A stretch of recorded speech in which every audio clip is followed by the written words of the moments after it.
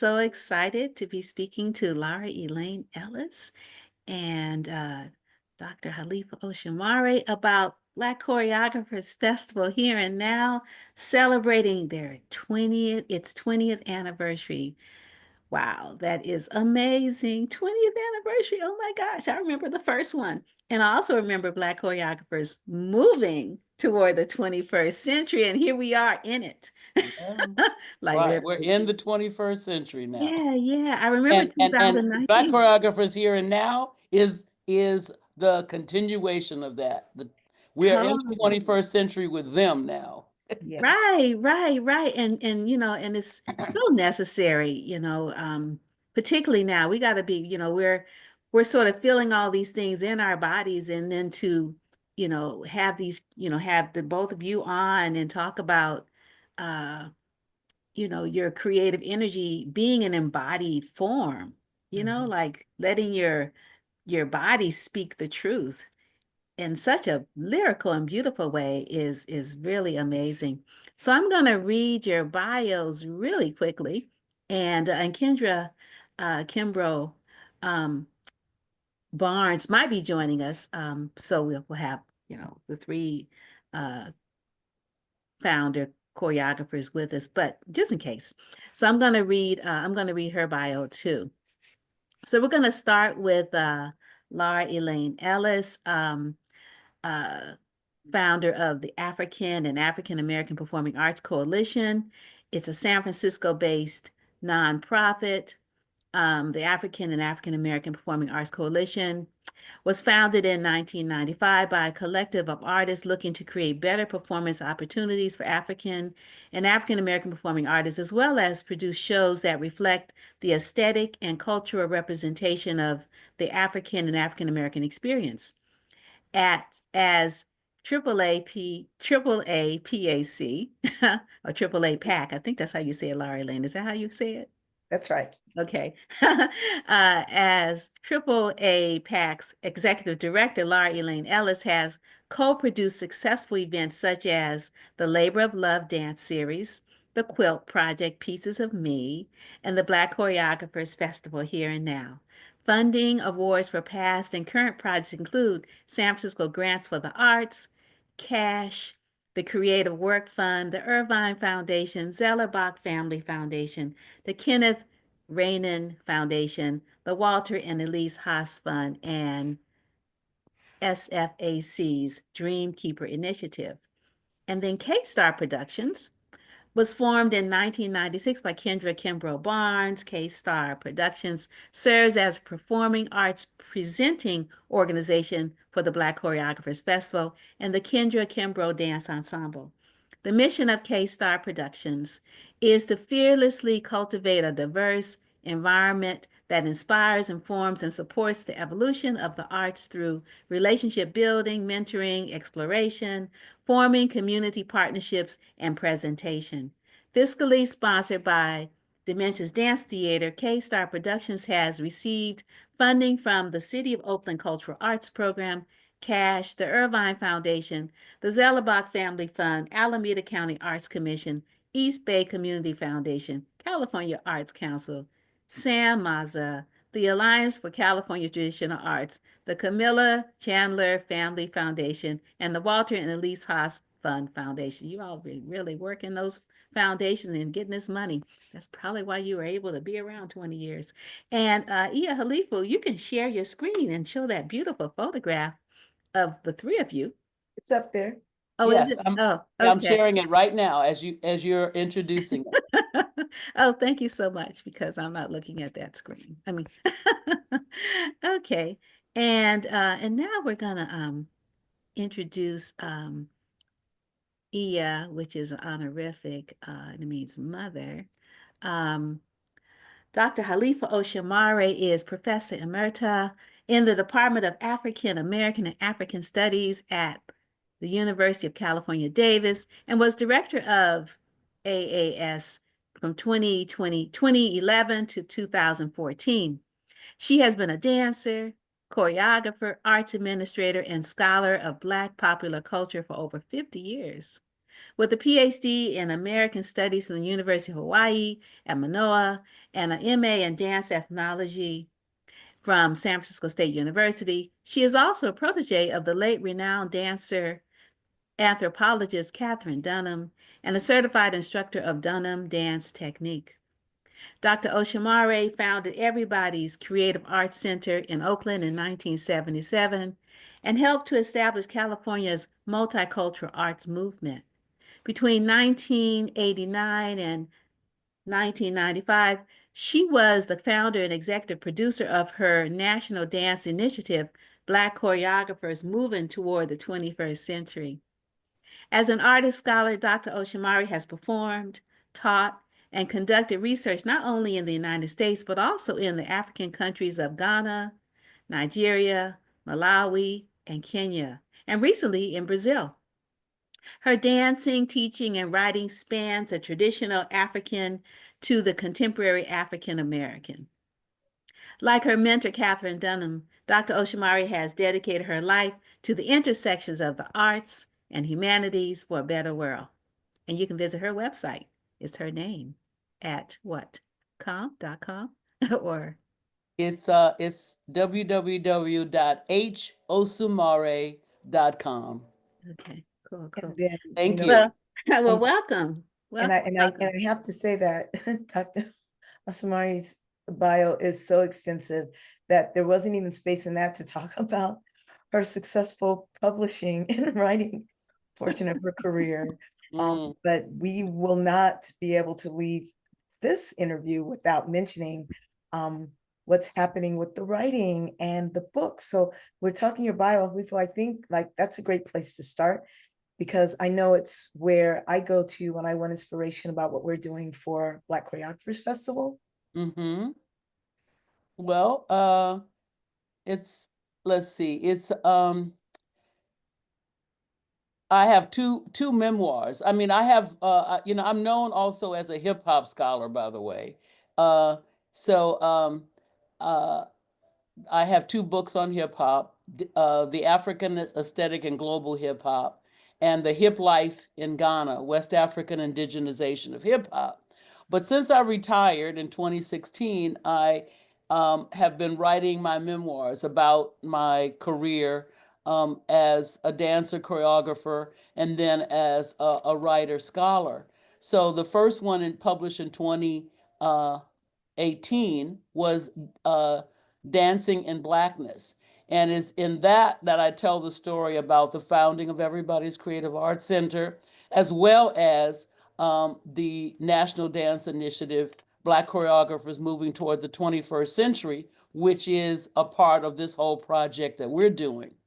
And then just last year in 2024, I published the sequel to that memoir called Dancing the Afro Future, Hula, Hip Hop, and the Dunham Legacy, kind of bringing my story up to contemporary times, and telling the story of, becoming a scholar and a writer.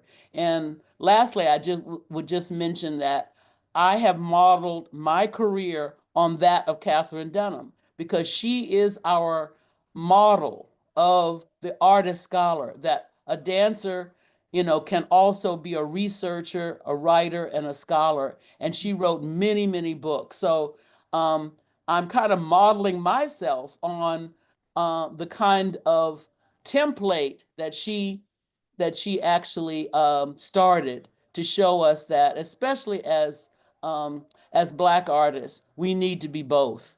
We need to be both artists and scholars, writing our own story. Mm-hmm. Yes, yes. That's wonderful. Congratulations. And wow. Maybe another time we could talk about how do you, because you are a great writer and you have written some really comprehensive books that sort of talk about like talking about hip hop in an academic sense. You're unique in that area because actually I taught your book, parts of your book when I was teaching in the community college system, teaching hip hop. That's good to And hear. yeah, because, like there are not a whole lot of books written by, people of African descent, written by women in particular about this aesthetic. And you're a really, you know, compelling writer and a easy to access writer, because your work is not just for scholars. Thank you. Yes. Yeah, which is really I wonderful. want it to be read by, you know, everyone Yeah, yes, and important. make sense to everyone. Exactly, exactly. Yeah, yeah. And then Laura Elaine, you know, some of your work you've done, you know, with Baldwin, you know, bringing in, you know, that work And into, I quotes. mean, that piece you did, I don't know what it was called, I don't remember, but it Yeah. was extensive, and you looked at different, um, I don't know which particular, I don't know if it was a fire next It was time or what, but maybe you could talk about that because you do the same thing. sure. It was a work that was in response to Baldwin and Coates, Danny S.C. Coates, and his Between the World and Me, which was in response to A Fire Next Time. That was really the second project that I did when an artist was responding to James Baldwin, one of my favorite activists, artists, writers. Um, Another was with AAA PAC, which was the springboard for and sort of the bridge to BCF. Me knowing that I could find the community partners to bring forth Black Choreographers Festival, a festival that stands on the shoulders of BCM. We actually did a project embodying, expressing the quilt by Faith Ringgold. We came to America. Yes. That was Faith's response to A Fire Next Time in quilt form. Ah, And we were able to get that quilt from the Smithsonian in the lobby of ODC.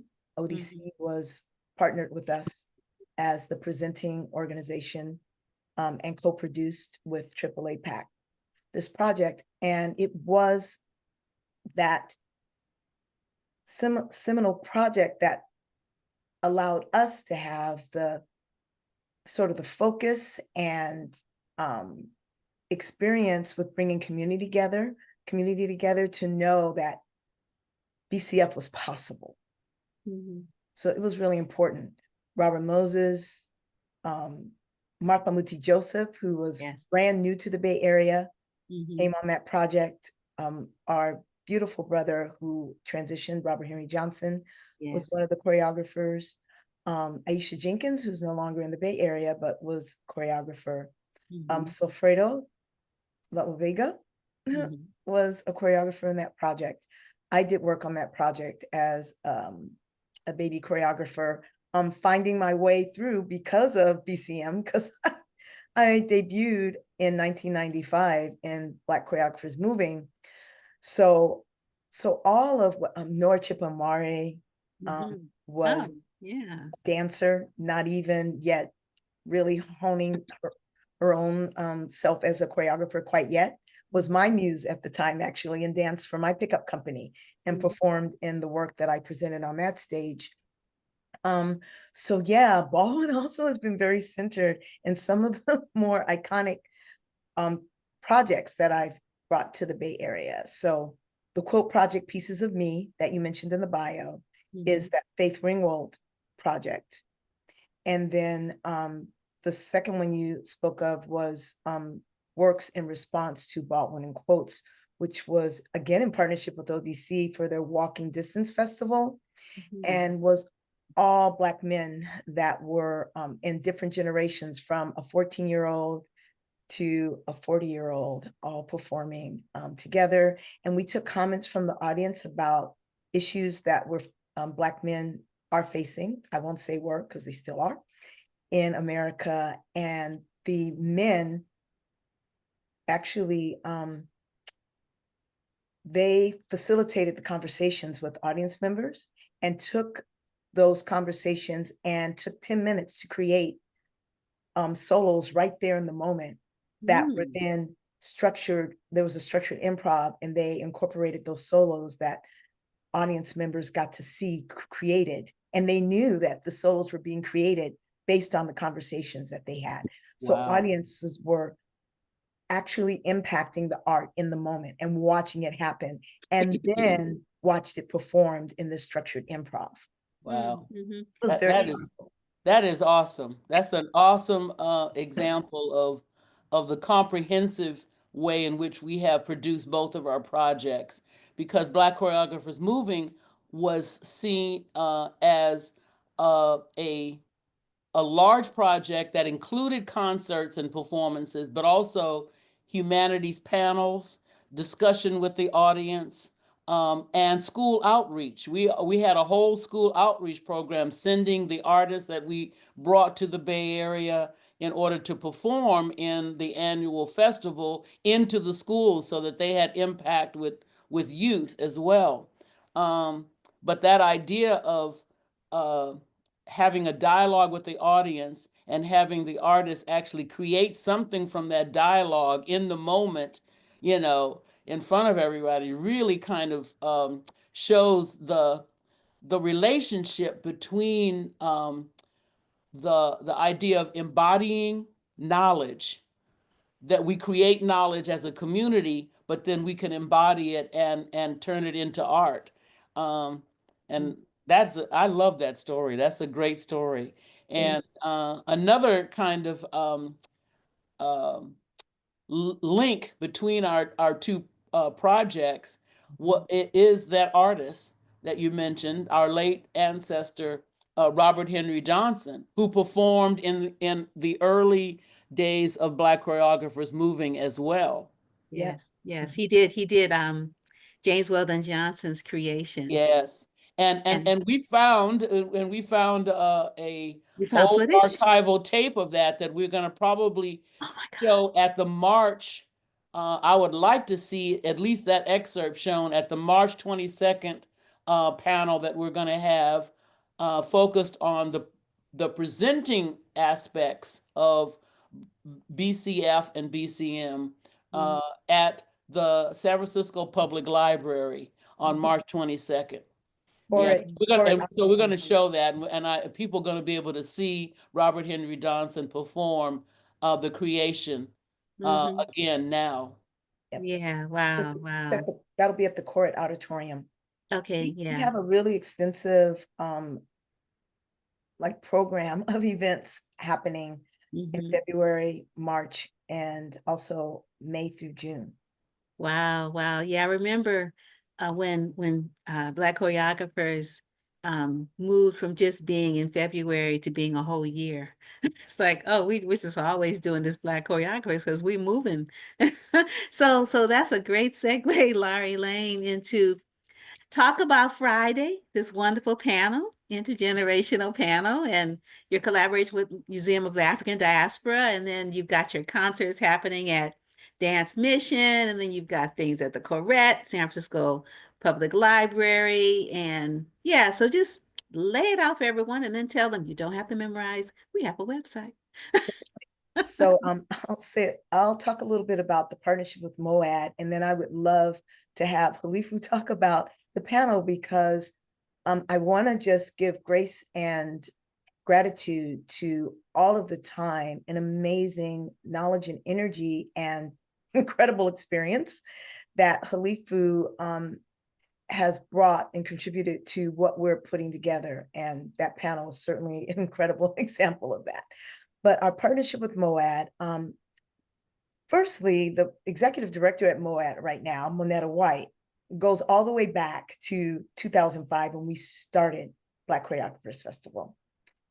Really helped us to get going on getting individual donorship and doing benefits and getting our seed money. And also, Monetta is an incredible business person and mind, and helped us to organize how we would brand and gave us free consulting on ideas around branding and connecting with community. So that's first. So the fact that now she is executive director of MOAD feels very full circle. Secondly, Elizabeth Gessel, I met through another project of a colleague of mine, Kim Epifano, who does the trolley dances. Yeah. I performed through those in those giant windows of Moad as part of Trolley, and Elizabeth and I just connected, and we talked about having some time partnering. And the timing would be right. Like, when could this happen? And this is the timing. And I want to hand it over to Halifu because Halifu also knows Elizabeth well. And this is not Halifu's first time at Moad.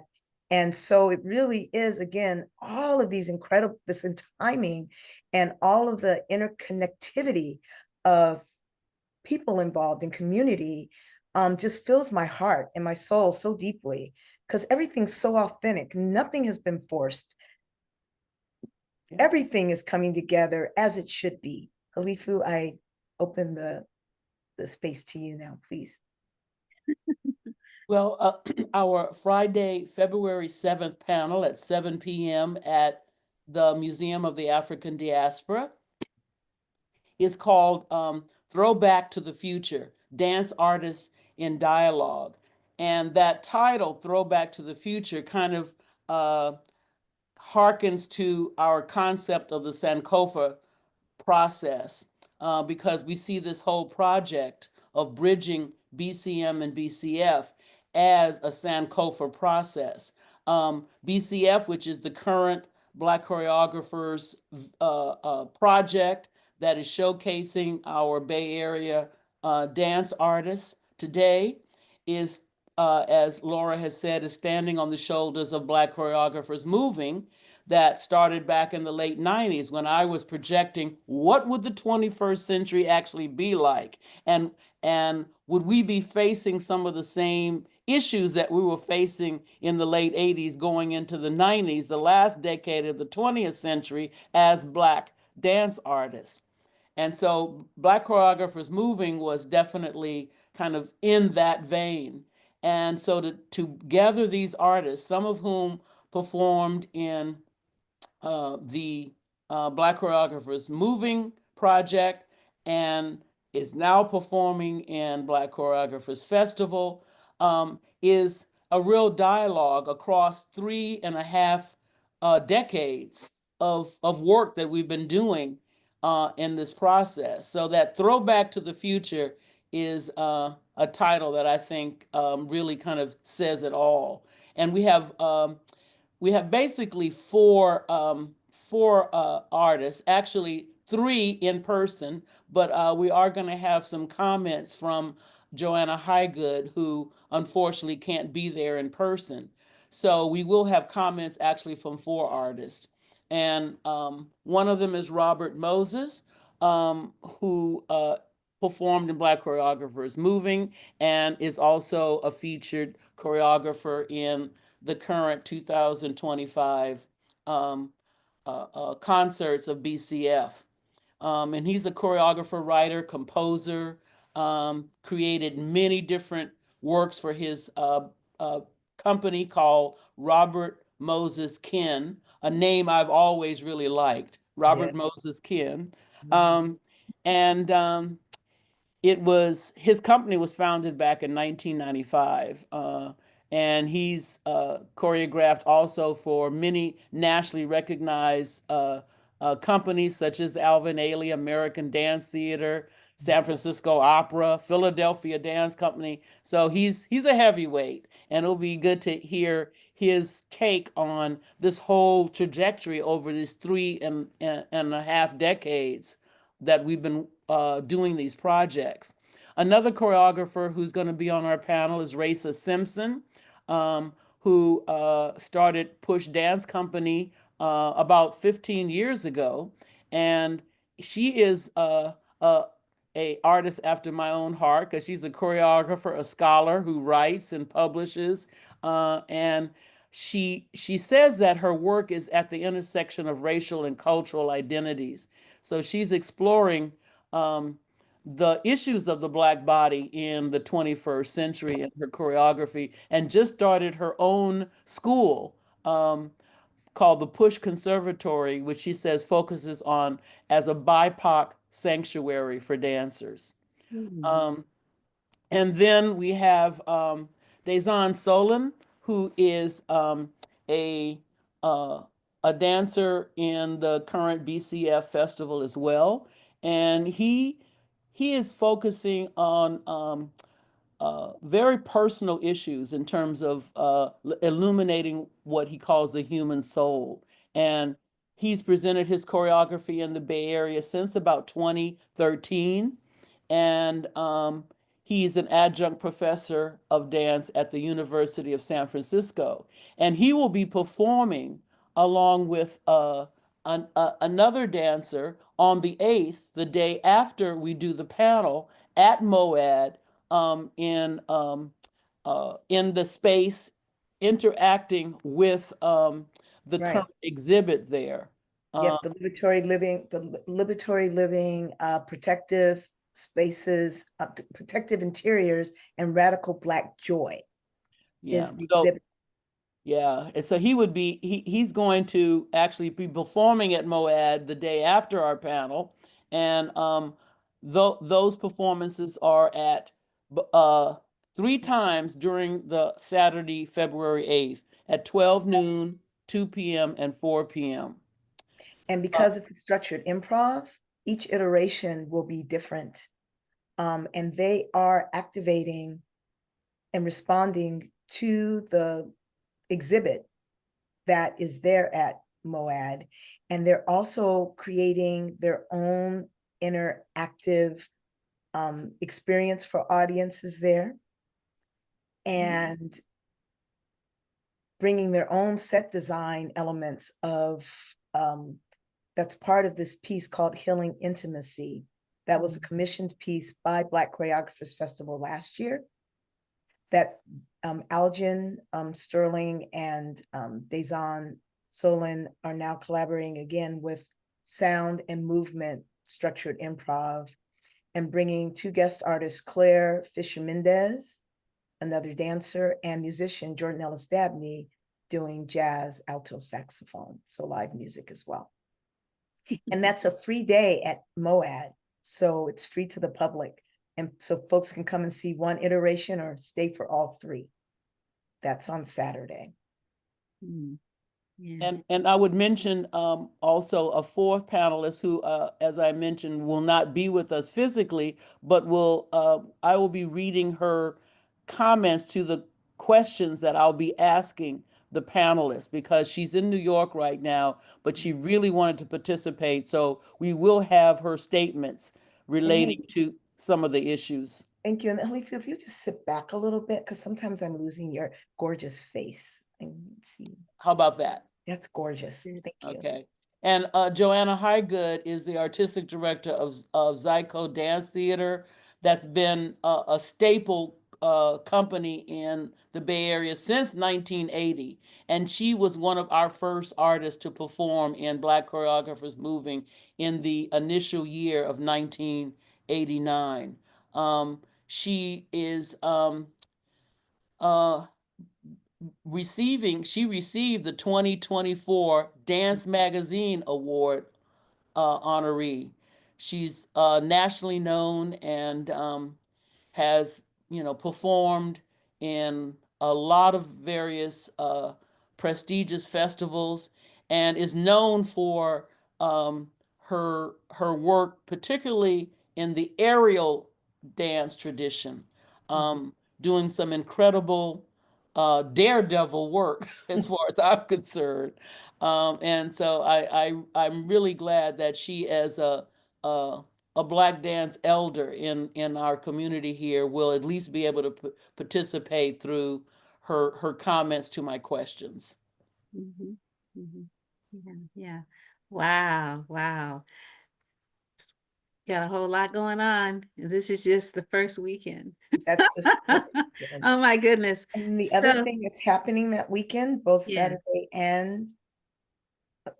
and Saturday, is we have an archival, really artful archival display that visually depicts the legacy, the spirit of Sankofa, the legacy bridging BCM and BCF, designed by visual artists Tirsa Niriev and Pete Bilkin. There are these amazing, gigantic panels that display, 2 panels that really display archival materials that Dr. Osumare was kind enough to contribute to this exhibit. Mhm. And then there are 2 panels dedicated to BCF with headlines and collage and media installation. And then there's 2 panels of a legacy tree Mm. that honors many of the artists that presented works at BCM and or BCF. Mhm. And it's really gorgeous. Yeah. Is So that in Moab too? that's going to be at Moab. Yeah. Okay.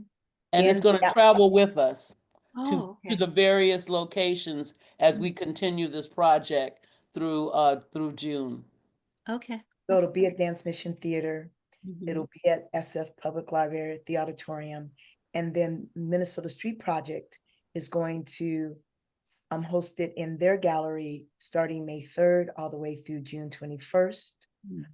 With an extended gallery with extended installations honoring Catherine Dunham. Mm. Other aspects of BCM and BCF will be able to have more media there. Mhm. So more video showings of BCM collections of performances and BCF collections of performances. And Dr. Halifu Osumare is going to host another panel. And Mhm. right now we're slated to have Deborah Yvonne. We're hoping to have Dr. Yvonne Daniels, Ela Moore, and perhaps Dr. Colette Eloi Oh, nice. have very deep and authentic connections to the Dunham legacy, right along Mm. Mhm. Dr. The Halifu Dunham Osumare. legacy and the Ruth Beckford Bay Area legacy as Thank well. you. Thank you for mentioning that. Absolutely. Yeah, yeah, I We'll share. also be honoring Ruth Mhm. Beckford. Absolutely. Mhm. Yeah, it's so interesting that you would say that because I'm writing here and I wrote Catherine Dunham, Ruth Beckford, Ashe, and then I thought about Deborah Vaughn. And I just wanted to know if you all could talk a little bit about the whole idea of a practical art, how in African culture, we all sing, we all dance, you know, it's not just, you don't go to school for it. It's a part of who you are in the family. Like you are art, and that's how we talk to each other. That's how we communicate, both um, uh, non-verbally and verbally. It's like it's like water, we drink it. And then the whole thing around, Dunham, that really sort of sticks with me, but also I think it was sort of like an African thing, was that you learn how to be a human being through the art. What does it mean to be a person, you know, a person that has conscience, a person that cares about the welfare of others, whether they're human or sentient beings, whether they speak our language or they speak another language that might be a higher level of intelligence than ours, you know? And it's sort of like those kind of things, sort of getting back to that, even thinking about, the Ailey camp. That's what they're all about. When they bring the kids in and, Mama Naomi Duff would teach them, in the classes. But that was all about, sort of like the civilizing aspect of art and culture. Like, we don't just grow. We have to be taught, and that's how we learn. So well, you all could talk about that because that's so important. So important. Well, let me mention one thing about how Catherine Dunham defined dance itself. She Mhm. would often, people always say, "What is dance, Catherine Dunham?" She goes, "Well, that is really a very difficult thing to answer in a succinct way." But she says one way in which I have come to understand dance is that it is um, rhythmic motion by a sentient being. Mm. And that term sentient, which you just said in your question, is very important because it shows us the idea of how Africa sees the arts. that to be a full human being, you have to really be able to integrate mind, body, and spirit. And that is a byproduct of the arts, whether it's dance, whether it's music, whether it's visual, um, whether Okay. it's oral in terms of the orality. It's all about this integration of mind, body, and spirit. And in most all, I will say all, and I will, usually in scholarship they say, never say all, but I'm gonna say all African cultures um, is really about there is no separation between art and life. In many languages, there is no word for art because it is so much a part of your everyday life that you don't need a special word for it.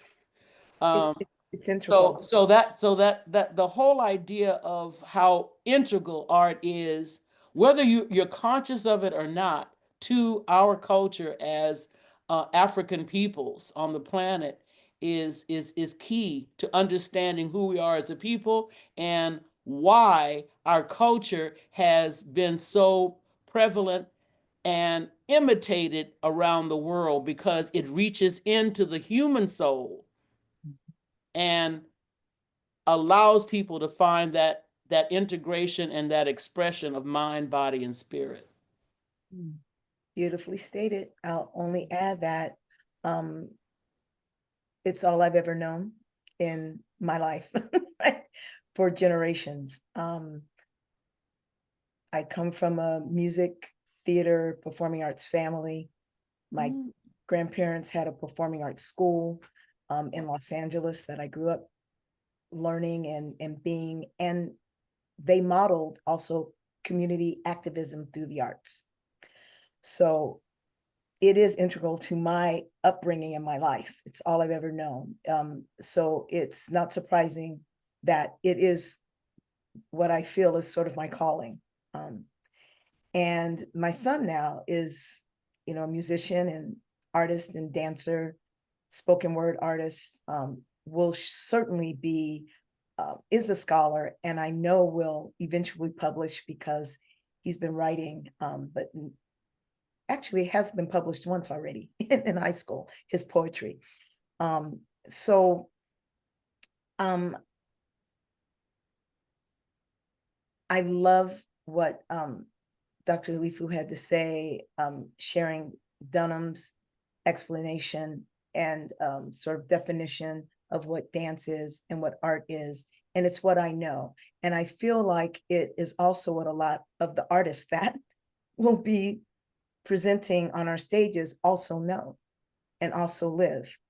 And so the humanity that's at the center of what is Black Choreographers Moving and Black Choreographers Festival, again, is something that's unspoken, but I think we have to start talking about it more. We have to begin to remind people that even in the word heart is the word art. You can't even have the word heart without ART. It is at the core of who we are as people.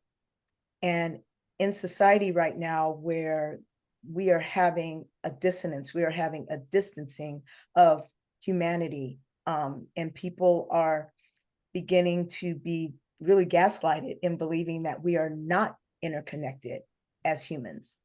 We really have to be vigilant about sharing our narrative, sharing what we know as Black people and our heritage and what is integral to us as people just makes this world better. Everything we contribute just makes this world better. And we get to speak that truth loudly and often so that our world continues to be, as James Baldwin says, a more human dwelling place. Yeah, for sure. And I think that we need to say it loudly to people, especially in these crisis times that we're in right now, especially in the United States, that the arts are crucial. They are so important, and they're not funded enough.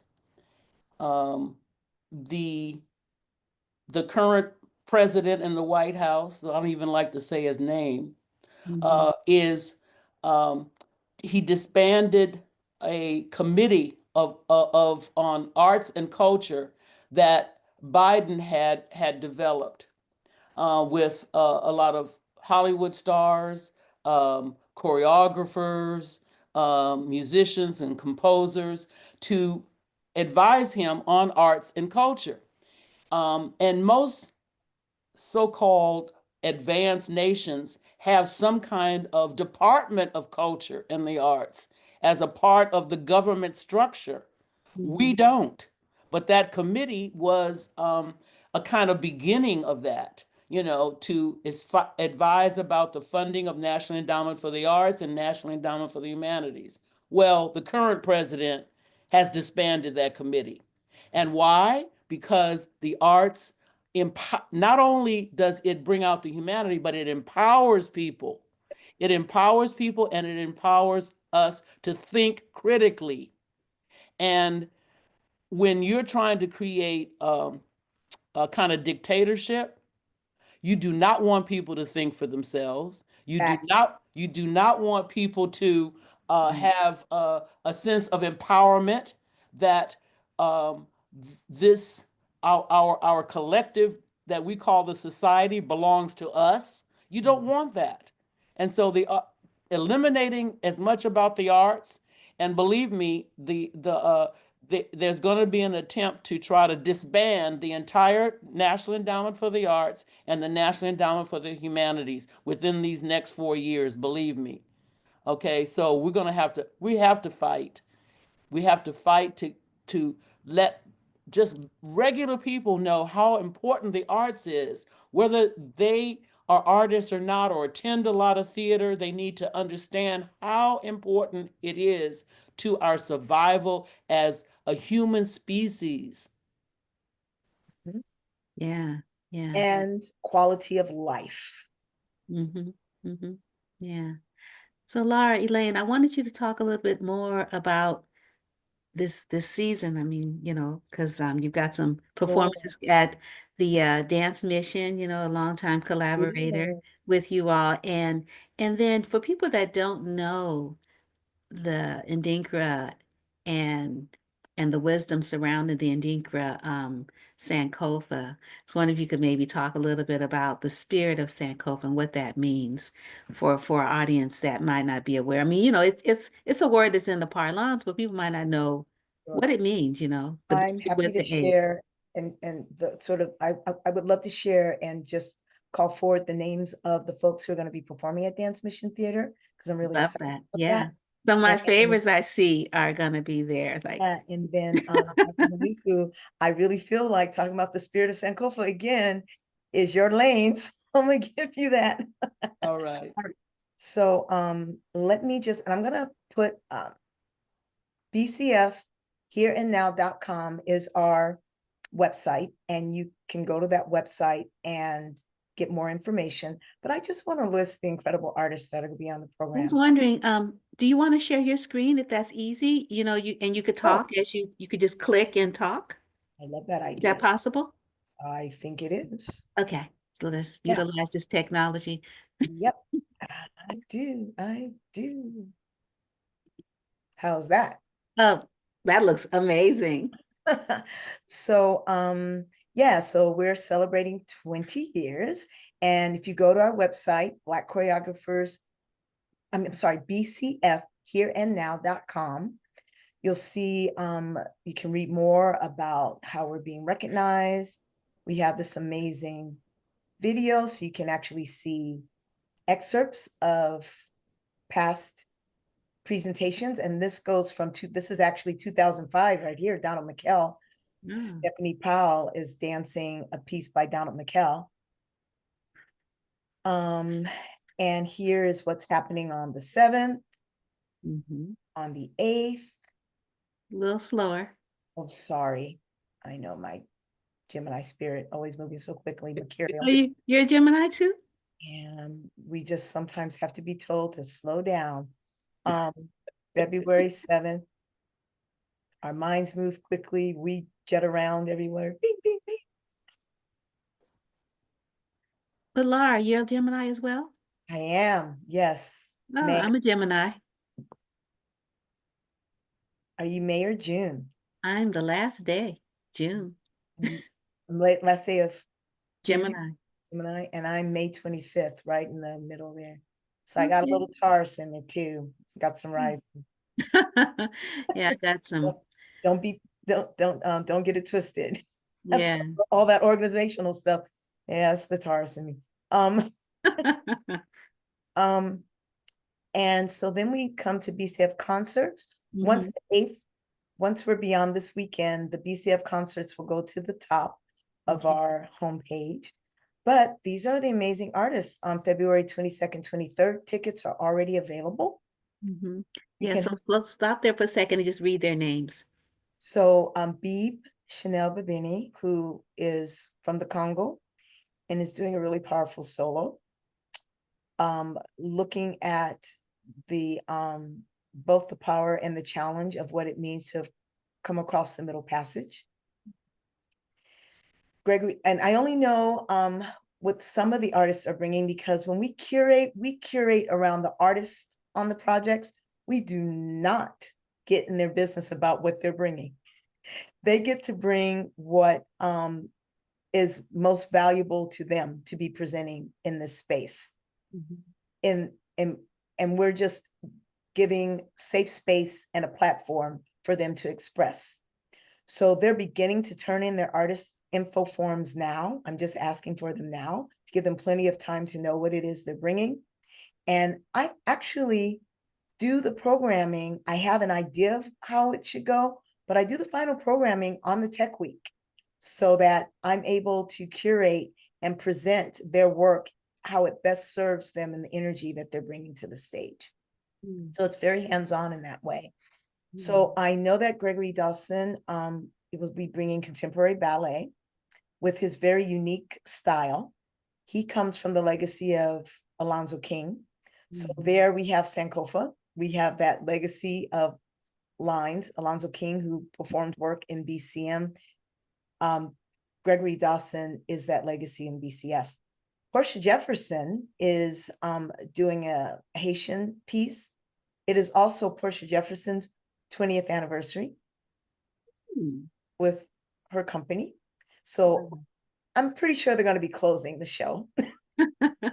So we can give proper acknowledgement to their 20th. And so and they'll have live music. Mhm. Robert Moses will either be doing maybe bringing a duet, maybe bringing a group piece, but it's always a premiere because he often brings an excerpt of something that's going to be presented in his next season. Gregory Dawson also always brings a premiere, so I know it'll be something new. He always makes something specifically for this experience of BCF. Raisa, I think, is planning to also bring a premiere and is also doing something around the challenge of losing DEI, like that, the attacks against DEI is what Raisa is going to be expressing in her piece. Oh, And say then that, say that. Excuse me, Laura, what did you say race is going to be doing? Attack against what? no, it's going to be talking about the attacks of our administration, Oh, current okay. administration against DEI. I don't know what that last part means. What does Oh, DEI? diversity, equity, and inclusion. Okay, okay. Basically, they are incorrectly pitting that against what it means to be Black in this country, right? Like all the things that we contribute and what we do, we're not worthy of it. We're all just DEI hires. Like everything that they're in, including that White House, isn't what we created and brought to this country. From the computers we're on right now, that motherboard that we're using, you know, the street lights that we use and take for granted, the elevator, the toilet. Yes. So the filament in our light bulbs. Yeah, yeah. So much of what we take for granted would not be here if it weren't for Black folk. So they're crazy. And people who who think that all that we do has been given to us, like we don't deserve all, and that we're not given enough for all that we've contributed to this country. So her piece is about that. And then I specifically asked that Dimensions bring their piece rah-rah, because it's so funky and celebratory. It is funky. And I know that it's going to open that night, because I don't know what else could possibly kick off a celebration like that than Dimensions doing rah-rah. I get goosebumps, honey, just thinking about it. Fierce. So I'm very excited for this programming. So it's both going to challenge our intellect, have us think, make us joyful, and also just pieces that bring us together. And I'm also partnering with SF Dance Film Fest. So we're going to have some dance on film. Nice. A really powerful flower that has all kind of BCF and BCM connected, because Alonzo King's Lines is in there as Alonzo's choreographer of that project. Babatunji is dancing in it. He worked with Rich and Tone, who I produced via Triple APAC when they were just teenagers. So I'm like a mama to them. And so they're part of that project. Tunje, who danced with Gregory Dawson and now dances with Alonzo King's Lines Ballet, is part of this legacy. And so, and it's, the setting is in Oakland. So we have to have Flower. And Misty Copeland and the director of Flower, they're very excited that BCF wanted to present this film. They're not even charging fees for it. They're like, take the film. We love that it's showing there. And then we're going to be showing Free, which is by Yoram Savion, who started doing our Dance on Film series over 15 years ago. And Mark Bamuti Joseph is doing his spoken word art as part of that project, Free. And then we have Every Second. Antoine Williams did a piece working with a formerly incarcerated artist who's dancing in the piece, and Tirsa Nureyev, who's the visual artist for our panel art archive display, was part of that project.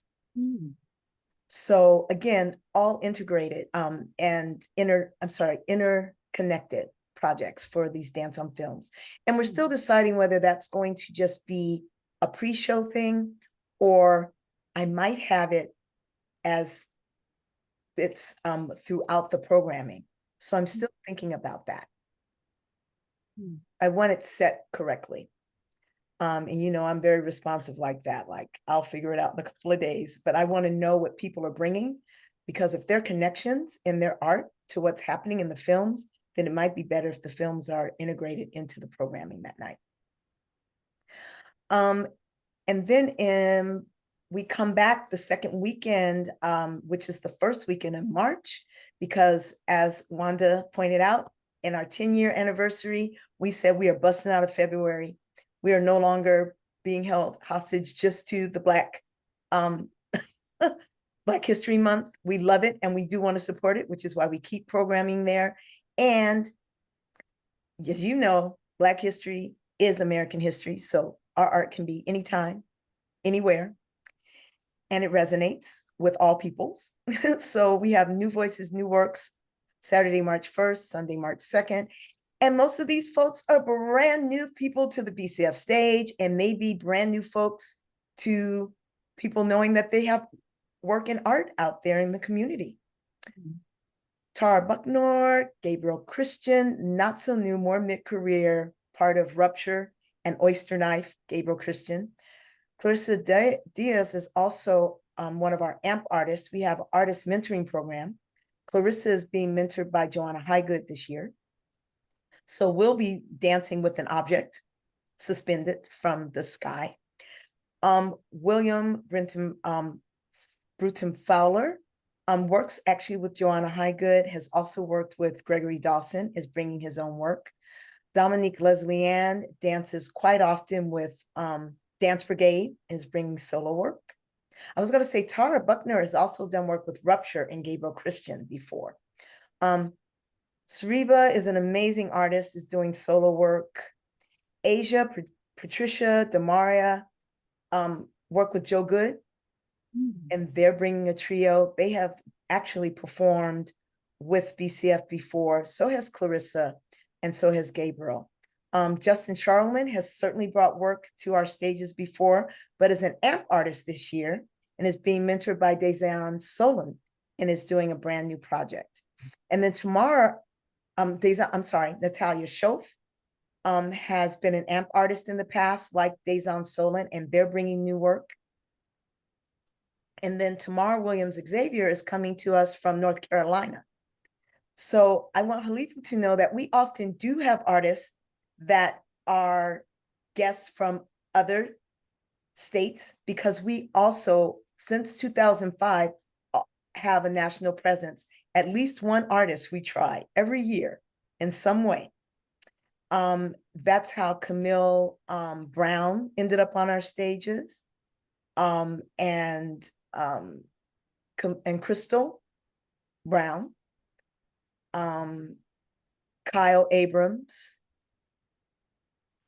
Reggie Wilson, Rennie Harris, Ronald K. Brown.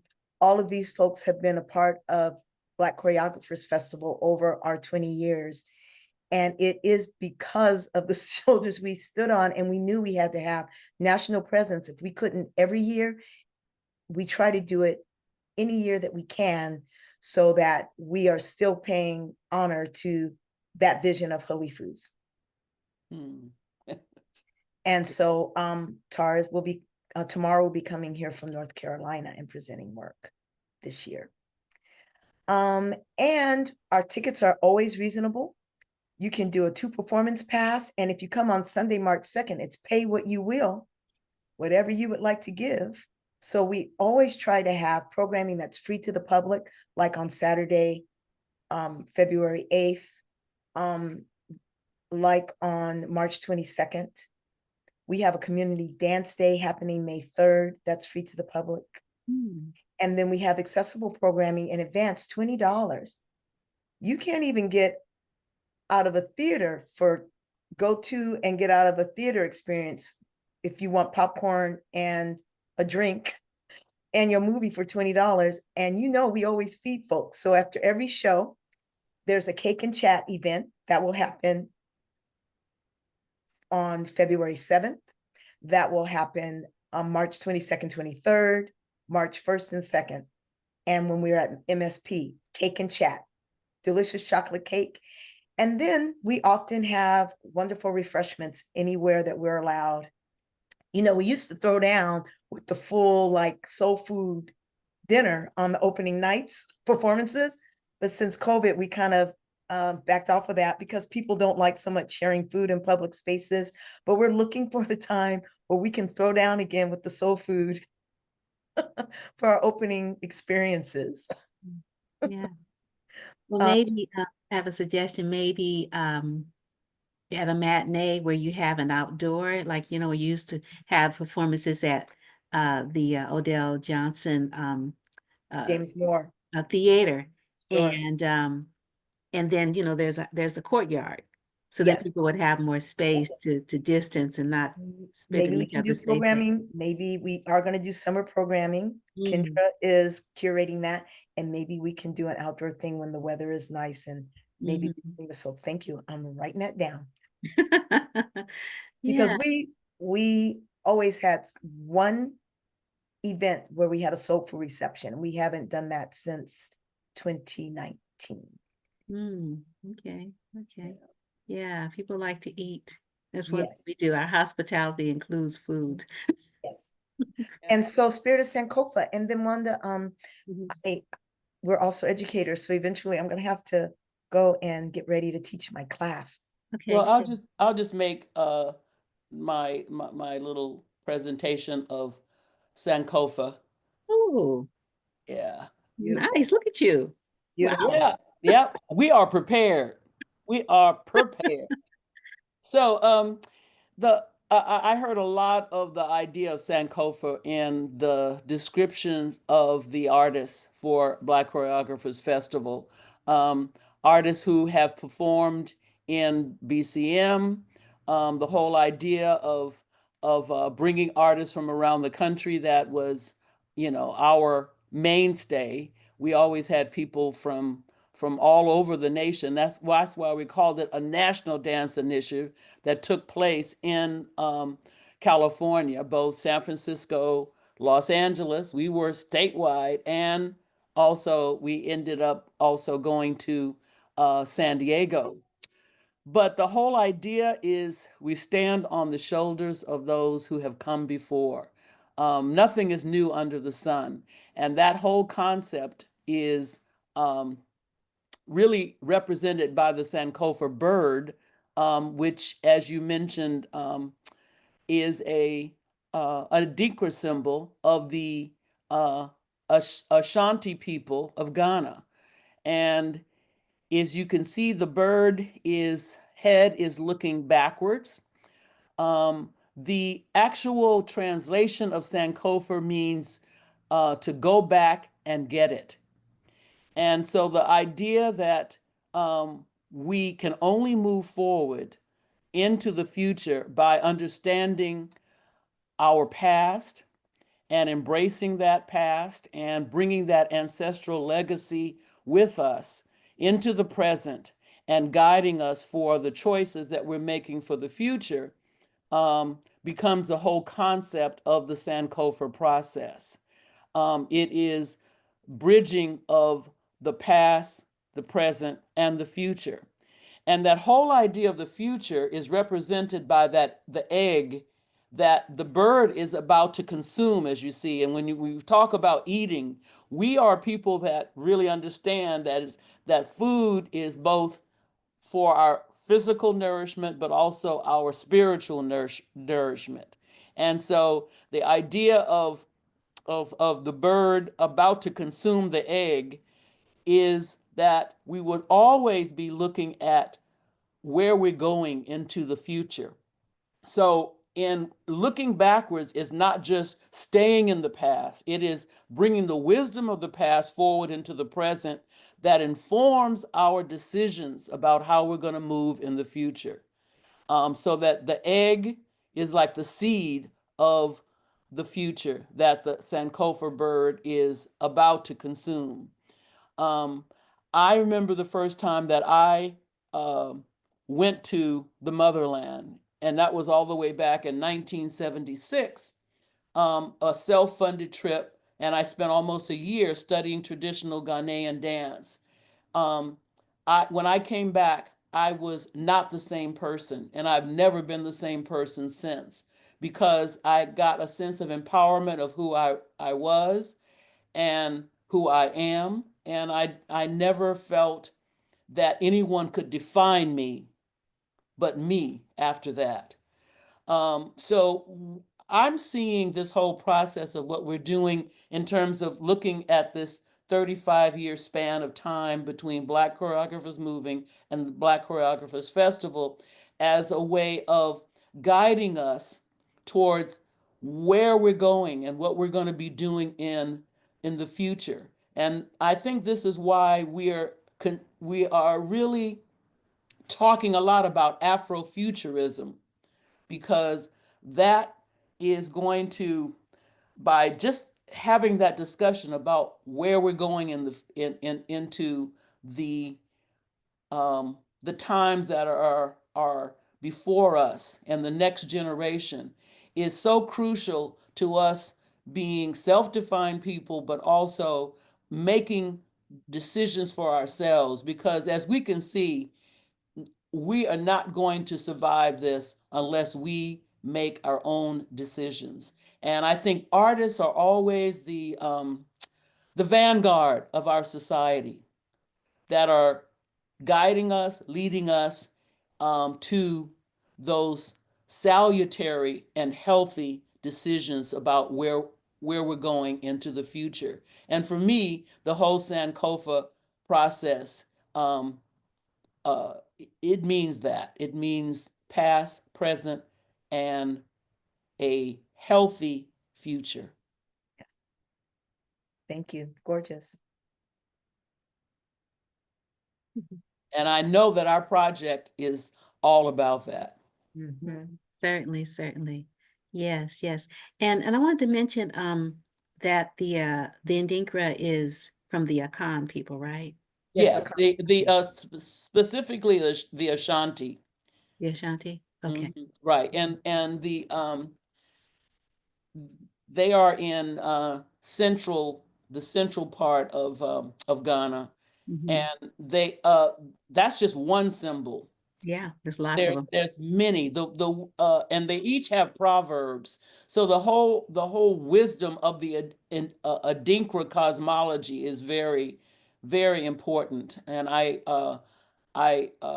would advise people to Google it, look it up, and look at some of those symbols and the meanings and the proverbs, because they're guides for living and the choices that we make. Yeah, certainly, certainly. Yeah. So Laura, do you want to share have a little any? bit. Yeah, but do you want to have any closing comments? About Friday, about Just that anything? we talk about like what's going, but we have a great time in community. Audiences say, and Wanda has been an audience member, so you can attest, they say that our events are inspiring. They are beautiful. They're gorgeous.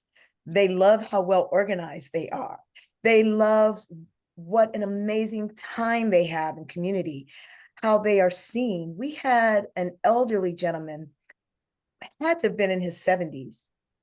It brought me to tears last year at the end of our panel, because we also do panels of some sort. We're going to be doing a panel following the March 1st and 2nd shows as well. But after a performance panel, or we have audience give comments, and he said in all of his years, he was a radio host, been a lot of places. He said he had never felt more validated or seen than he did that night, seeing the art on stage and hearing the artists talk about how they're inspired and why they make the art that they make. So moments like that, to Halifu's point, is why we do this. It's not just about bringing people together, but it's about the validation. It's about being seen. It's about that empowerment part. It's about taking what you experience in BCF, what folks experienced in BCM, and bringing that forth to their communities. It's an example for them for their own lives, and not to sound like, without us, people wouldn't find their way, but we're part of that fabric. We're part of what's needed in society to make sure that people know they can come to a place and be fully seen and express. So both for the audience and for the artists, festivals and projects like this are really important. We know this. And so that's what audiences say. So beyond like it being really vital and important, you have an amazing time, and I'm telling you, find your people, no matter your background and culture, because our audiences are really diverse, many different backgrounds, many different walks of life. But people find that thing that resonates with them. And that's a very powerful thing. And again, I think that's why it's been here for 20 years, and why it's a continuation of the brilliance that was the brainchild of Dr. Halifu Osumare, Black choreographers moving toward the 21st century. Nothing can sustain 3.5 decades without it having a vital niche importance in society. Yeah. And I just think, Black Choreographers Festival Here and Now, just the whole statement around, we are here now and in the future and in the past. And then, Black Choreographers Festival, here and now. It's just, we're here, folks. We're not going nowhere. Like, you can't get rid of us. You can't silence us. And we don't care what you think because we got our own people. We got it going on, like we are enough for ourselves. And I like that. We Mhm, are enough. mhm, We yeah, are, More than enough. oftentimes we are more than enough. yeah, yeah, Twice as hard to Because, get half as much. because we show up and we show out. Mhm. yeah, All yeah. And that's why the whole world is dancing to our music, doing our moves. wearing our hairstyles. I used to ask my students, where do you think the movements you do on Saturday nights at the club and your parties came from? Are you doing the English minuet or the French quadrille, which are the folk dances that Europeans brought to the United States? Is that what you're doing on the weekends? What are you doing? And where did they come from? And they go, oh, yeah, I see. Yeah. Mhm, So yeah. you are some awesome people. That's all I got to say. Yeah, and then you whole think about the whole thing around praise dance, and then I'm gonna let you have it, Laura, Elaine. People are doing dances that Africans do to honor the creative spirit, the deities that created us, you know? And people are doing it, as social dance, but they don't realize it's a praise dance, you know? And and people who know, and people who don't know, but it doesn't matter. It doesn't matter. You're so right. Yeah. It all comes back to us. So BCA, you just like bring the party, bring the party. Well, I really appreciate you, Wanda, for what you do and Wanda Picks and having the community come on and talk about the vitality that we're trying to create and that we are creating. Mhm. Um, and so, you have an awesome archives of some awesome people, and we really appreciate you. Oh, well, thank you. I appreciate being remembered. Thank you for like being like our, rolling with us from the beginning, from Yeah, BCM all the way through. Yeah. What they call ride or die. You're like you're totally, all totally. the way down, and we appreciate it. Oh, thank you. More than words can say. My heart is so full right now. This has been an incredible conversation. I know, I Yeah, know. It's and like, it's I am documented. one of the luckiest people in the whole world right now. Like I've been having goosebumps like the whole time. I'm so moved, and then I step out into the world and I'm like, people, like this is what it feels like to be a part of this movement, Hmm. right? Yes. That is part of that Dunham, Beckford, And it Osum, is a movement. Osamari It is a movement, movement. Hmm. Osamari movement, Yes, yes, the yes. legacy is powerful. Hmm. Well, And we've been talking for almost yeah, and I'm gonna be an late in hour a and a little bit. half. Oh You my. do you Okay. want me to show this or just save it for Yeah. another time?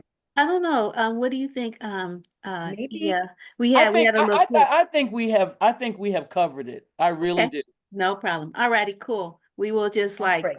right, y'all. See Well, you all Friday night. you have the video. So if you ever like if you're, you know, doing any editing and you want to add it on, you can do that. Okay. Okay. Okay. All right, cool. Super. All right, y'all take good care. Thank you so All Thank much. right. you. Love. Peace and love. Bye. Bye-bye.